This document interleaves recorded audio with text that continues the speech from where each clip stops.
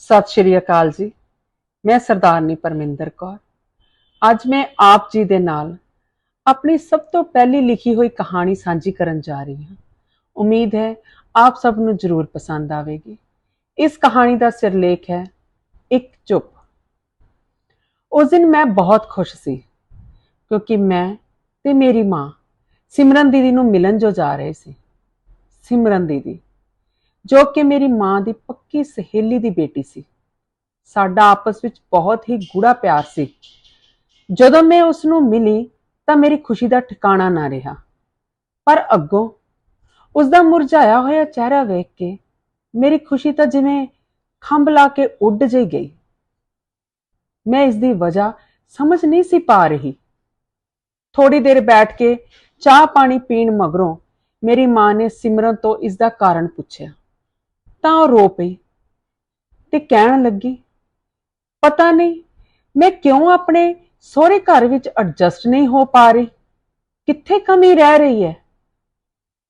विआह नूं अजे 5 महीने ही तां होए ने, फिर भी पता नहीं क्यों हर कोई मेरे तो खफा जिहा रहिंदा है। समझ नहीं आंदी। मैनूं मेरे पेकियां लई भी सुनाया जांदा है, फिर निक्की निक्की गल दा पहाड़ बना दिता जांदा है ते मैं भी अपना आपा खो बैठदी हां ते गुस्से विच मेरे तो भी फिर कहा सुनिया जाता है। बहुत कंट्रोल करदी हां अपने आप नूं, पर की करां, वो भी तो मेरे नाल कुछ घट नहीं करदे। वो भी तो वाल दी खल लाउण तक जांदे ने। बस हुण मैं थक चुकी हां। ब्याह वाला चाह तां कदों दा ही मर गया। हुण तां सिर्फ मैं अपने सहुरे घर एडजस्ट होना चाहुंदी हां, पर मैं की करां। इन्ना कह के सिमरन दीदी उच्ची उच्ची रो पई। फिर मां ने सिमरन दीदी दे सिर ते हथ फेरिया ते कहा, सिमरन पुत्र बस तू इन्नी गल पिछे रोई जा रही है। देख पुत्र, गुस्से नूं कदे भी अपने उपर हावी नहीं होण देईदा। गुस्से विच इंसान नूं कुछ समझ नहीं आंदी कि वह की कह रहा, क्यों कह रहा ते किहनूं कह रहा है। जेकर वह गुस्से विच बोल कबोल बोलदे ने ते तूं भी तां बोल ही पैंदी है ना, फिर तेरे ते उन्हां विच फर्क की रहा। जब तू 24-25 साल दी होके अपनी गुस्से की आदत नूं बदलण च असमर्थ है, फिर उन्हां तो जो कि 50-55 साल दे ने तू बदलण दी किवें उम्मीद रख सकदी है। वैसे मेरे कोल तेरे गुस्से की दवाई है। यह सुन के सिमरन दी दे चेहरे उत्ते एक उम्मीद की लहर जी दौड़ गई। उसने उस दवाई बारे पूछया जिस तो साफ जाहिर हुंदा सी कि वह भी छेती तो छेती गुस्से वाली बीमारी तो निजात पाउणा चाहुंदी सी। मां हसी ते कहा, बैठ जा, मैं दवाई बारे दसदी हां। पहला एक परिवार बारे भी सुन। उस समय मैं भी बहुत ही गौर नाल सुनन लगी कि आखिर अजिही किहड़ी दवाई है जिहड़ी कि गुस्से नूं कंट्रोल कर दिंदी है। मां ने परिवार बारे दसना शुरू किया। मां ने कहा, रायपुर पिंड विच एक परिवार सी जिस विच सस नूं दा बहुत ही कलेश रहिंदा सी।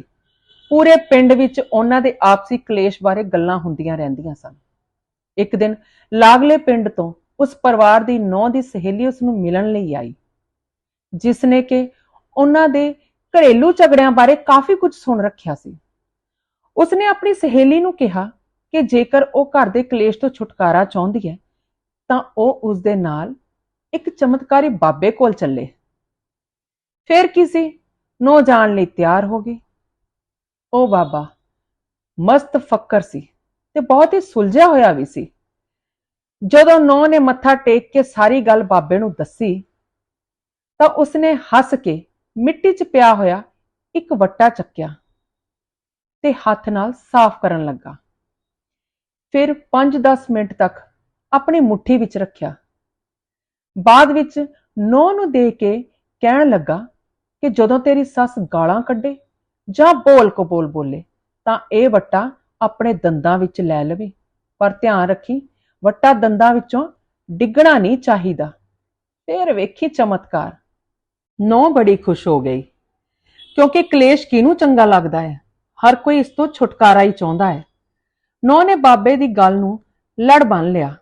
ਹੁਣ ਜਦੋਂ ਵੀ ਸੱਸ ਬੋਲਿਆ ਕਰੇ, ਨੋ ਫਟਾਫਟ ਵੱਟਾ ਦੰਦਾਂ ਥੱਲੇ ਦੱਬ ਲਿਆ ਕਰੇ। ਫੇਰ ਕੀ ਚਮਤਕਾਰ ਹੋ ਜਾਂਦਾ ਸੀ। ਸੱਸ ਥੋੜੀ ਦੇਰ ਬੋਲ ਬੋਲ ਕੇ ਆਪੇ ਚੁੱਪ ਹੋ ਜਾਇਆ ਕਰਦੀ। ਪਰ ਸੱਸ ਇਸ ਤੋਂ ਬਹੁਤ ਪਰੇਸ਼ਾਨ ਹੋ ਗਈ ਸੀ ਕਿ ਨੌ ਨੂੰ ਆਖਿਰ ਹੋਇਆ ਕੀ ਹੈ। ਜਦੋਂ ਵੀ ਮੈਂ ਬੋਲਦੀ ਹਾਂ ਇਹ ਮੂੰਹ ਵਿੱਚ ਕੁਝ ਪਾ ਲੈਂਦੀ ਹੈ। ਫੇਰ ਕੀ ਸੀ, ਸੱਸ ਨੂੰ ਕਿਤੇ ਟਿਕਾ ਆਉਣਾ ਸੀ। ਉਹਨੇ ਕਿਵੇਂ ਨਾ ਕਿਵੇਂ ਕਰਕੇ ਪਤਾ ਕਰ ਲਿਆ ਕਿ ਨੌ ਕਿਸੇ ਬਾਬੇ ਕੋਲ ਗਈ ਸੀ ਤੇ ਮੈਨੂੰ ਕਾਬੂ ਕਰਨਾ ਚਾਹੁੰਦੀ ਹੈ। ਸੱਸ ਨੇ ਵੀ ਉਸ ਬਾਬੇ ਕੋਲ ਜਾਣ ਦੀ ਸਲਾਹ ਕਰ ਲਈ ਤੇ ਜਾ ਕੇ ਸਾਰੀ ਗੱਲ ਬਾਬੇ ਨੂੰ ਕਹੀ। ਬਾਬੇ ਨੇ ਵੀ ਉਸ ਨੂੰ ਇੱਕ ਵੱਟਾ ਫੜਾ ਦਿੱਤਾ ਤੇ ਉਸ ਨੂੰ ਵੀ ਉਹੀ ਨਸੀਹਤ ਦੇ ਦਿੱਤੀ ਕਿ ਹੁਣ ਜਦੋਂ ਵੀ ਤੇਰੀ ਨੌਂ ਬੋਲਿਆ ਕਰੇ ਦੰਦਾਂ ਥੱਲੇ ਵੱਟਾ ਰੱਖ ਲਿਆ ਕਰ ਤੇ ਯਾਦ ਰੱਖੀ ਮੂੰਹ ਵਿੱਚੋਂ ਵੱਟਾ ਗਿਰਨਾ ਨਹੀਂ ਚਾਹੀਦਾ। ਫਿਰ ਐਸਾ ਚਮਤਕਾਰ ਹੋਇਆ ਕਿ ਘਰ ਵਿੱਚ ਸ਼ਾਂਤੀ ਦਾ ਹੀ ਮਾਹੌਲ ਹੋ ਗਿਆ। ਪਿੰਡ ਵਿੱਚ ਤਾਂ ਬਾਬੇ ਦੀ ਚਮਤਕਾਰ ਦੀ ਗੱਲ ਅੱਗ ਵਾਂਗੂ ਫੈਲ ਗਈ। ਹਰ ਕੋਈ ਬਾਬੇ ਦੀ ਜੈ ਜੈਕਾਰ ਕਰਨ ਲੱਗ ਗਿਆ। ਬਾਬਾ ਤਾਂ ਮਸਤ ਫਕੀਰ ਸੀ। ਇੱਕ ਦਿਨ ਪਿੰਡ ਵਾਲੇ ਤੇ ਉਸ ਪਰਿਵਾਰ ਦੇ ਲੋਕ ਬਾਬੇ ਦਾ ਸ਼ੁਕਰਾਨਾ ਕਰਨ ਲਈ ਜਦੋਂ ਗਏ ਅਤੇ ਸੱਸਾਂ ਤੇ ਨੋਹਾਂ ਉਹੀ ਵੱਟੇ ਲੈਣ ਗਈਆਂ ਤਾਂ ਅੱਗੋਂ ਬਾਬੇ ਨੇ ਹੱਸ ਕੇ ਕਿਹਾ, ਇਹ ਕੋਈ ਚਮਤਕਾਰੀ ਵੱਟੇ ਨਹੀਂ ਸਨ, ਇਹ ਤਾਂ ਚੁੱਪ ਰਹਿਣ ਦਾ ਇੱਕ ਤਰੀਕਾ ਹੈ। ਮੈਨੂੰ ਪਤਾ ਸੀ ਕਿ ਨੌਂ ਨੂੰ ਵੀ ਗੁੱਸਾ ਆਉਂਦਾ ਹੈ ਜਦੋਂ ਸੱਸ ਉਸ ਨੂੰ ਕਿਸੇ ਗੱਲ ਤੇ ਬੋਲਦੀ ਹੈ ਤਾਂ ਇਹ ਬਰਦਾਸ਼ਤ ਨਹੀਂ ਕਰਦੀ ਤੇ ਬੋਲ ਕਬੋਲ ਬੋਲ ਬੈਠਦੀ ਹੈ। ਤਾਂ ਹੀ ਇਸ ਨੂੰ ਨਸੀਹਤ ਦਿੱਤੀ ਸੀ ਕਿ ਜਦੋਂ ਵੀ ਸੱਸ ਬੋਲੇ ਇਹ ਵੱਟਾ ਦੰਦਾਂ ਥੱਲੇ ਦੱਬ ਲੈਣਾ ਤੇ ਧਿਆਨ ਰੱਖੀ ਕਿ ਇਹ ਡਿੱਗਣਾ ਨਹੀਂ ਚਾਹੀਦਾ। ਇਸ ਦਾ ਮਤਲਬ ਹੀ ਇਹ ਸੀ ਕਿ ਵੱਟਾ ਡਿੱਗ ਜਾਣ ਦੇ ਡਰ ਨਾਲ ਇਹ ਮੂੰਹ ਨਹੀਂ ਖੋਲੇਗੀ ਤੇ ਸੱਸ ਕੁਝ ਦੇਰ ਬੋਲ ਕੇ ਆਪੇ ਹੀ ਚੁੱਪ ਹੋ ਜਾਵੇਗੀ। ਗੱਲ ਹਮੇਸ਼ਾ ਉਦੋਂ ਹੀ ਵੱਧਦੀ ਹੈ ਜਦੋਂ ਜਵਾਬ ਦਿੱਤੇ ਜਾਣ। ਅਸਲੀ ਦਵਾਈ ਜਾਂ ਕਹਿ ਲਓ ਚਮਤਕਾਰ ਤਾਂ ਚੁੱਪ ਦਾ ਹੈ। ਐਵੇਂ ਨਹੀਂ ਸਿਆਣੇ ਕਹਿੰਦੇ ਕਿ ਇੱਕ ਚੁੱਪ ਤੇ 100 ਸੁੱਖ। ਸਾਰੇ ਪਿੰਡ ਵਾਲੇ ਹੱਸ ਪਏ ਤੇ ਬਾਬੇ ਦੀ ਸਮਝਦਾਰੀ ਨੂੰ ਸਲਾਉਣ ਲੱਗੇ। ਇੰਨਾ ਕਹਿ ਕੇ ਮਾਂ ਚੁੱਪ ਹੋ ਗਈ। ਫਿਰ ਥੋੜੀ ਦੇਰ ਬਾਅਦ ਮਾਂ ਨੇ ਸਿਮਰਨਦੀਪ ਨੂੰ ਪੁੱਛਿਆ, ਦੱਸ ਸਿਮਰਨ, ਫਿਰ ਕਿਸ ਦਿਨ ਜਾਣਾ ਹੈ ਉਸ ਬਾਬੇ ਕੋਲ ਵੱਟਾ ਲੈਣ? ਇਹ ਸੁਣ ਕੇ ਸਿਮਰਨ ਦੀਦੀ ਖਿੜਖਿੜ ਕਰਕੇ ਹੱਸ ਪਈ ਤੇ ਕਿਹਾ, ਆਹ ਵੱਟਾ ਹੀ ਹੁਣ ਮੇਰੀ ਦਵਾਈ ਹੈ। ਦੀਦੀ ਦੇ ਚਿਹਰੇ ਤੇ ਇੱਕ ਰੋਸ਼ਨੀ ਜਿਹੀ ਨਜ਼ਰ ਆਈ ਜਿਸ ਨੇ ਕਿ ਉਸਦੀ ਉਦਾਸੀ ਦੇ ਹਨੇਰੇ ਨੂੰ ਦੂਰ ਕਰ ਦਿੱਤਾ ਸੀ। ਗੱਲ ਬੜੀ ਹੀ ਰਮਜ ਵਾਲੀ ਸੀ ਜਿਸ ਨੂੰ ਮਾਂ ਨੇ ਸਹਿਜੇ ਤੇ ਸਰਲ ਅਲਫਾਜ਼ਾਂ ਵਿੱਚ ਹੀ ਬਿਆਨ ਕਰ ਦਿੱਤਾ ਸੀ। ਸਮਝਾ ਦਿੱਤਾ ਸੀ ਕਿ ਇੱਕ ਚੁੱਪ ਤੇ 100 ਸੁੱਖ। ਆਪ ਜੀ ਨੂੰ ਇਹ ਕਹਾਣੀ ਕਿਸ ਤਰ੍ਹਾਂ ਦੀ ਲੱਗੀ? ਕਮੈਂਟ ਕਰਕੇ ਜ਼ਰੂਰ ਦੱਸਣਾ।